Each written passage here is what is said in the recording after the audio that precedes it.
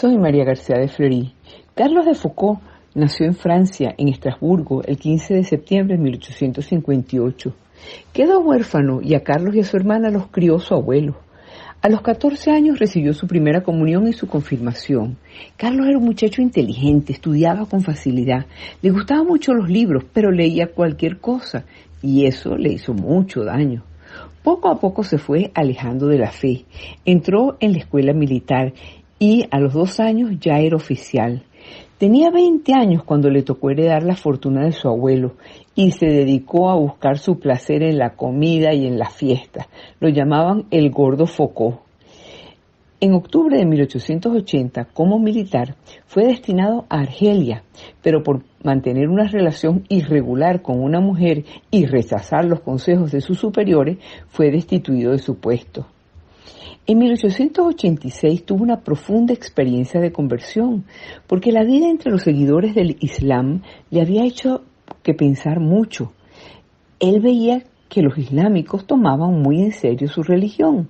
Él, por el contrario, había vivido derrochando dinero y aventurando. Y comenzó a rezar: Señor, si existes, que yo te conozca. Señor, si existes, que yo te conozca. Un amigo lo dirigió al padre Jubelín. Carlos se confesó y se sintió como un hombre nuevo. Tan pronto como creyó que había un Dios, comprendió que no podía hacer otra cosa sino vivir para ese Dios. Su vocación religiosa nació el mismo momento en que su fe. El 28 de febrero de 1882, con 30 años, presentó su dimisión del ejército y desde entonces optó por una vida muy sencilla, durmiendo en el piso, orando diariamente por horas de hora.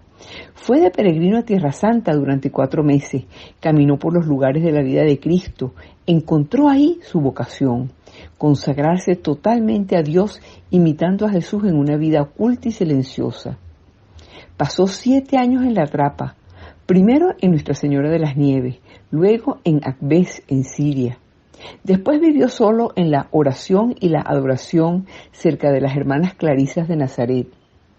Fue ordenado sacerdote en 1901, a los 43 años, y se fue al desierto del Sahara, primero a Beni Abbes, después a Tamanrasset, en medio de los tuareg del hogar, donde se estableció.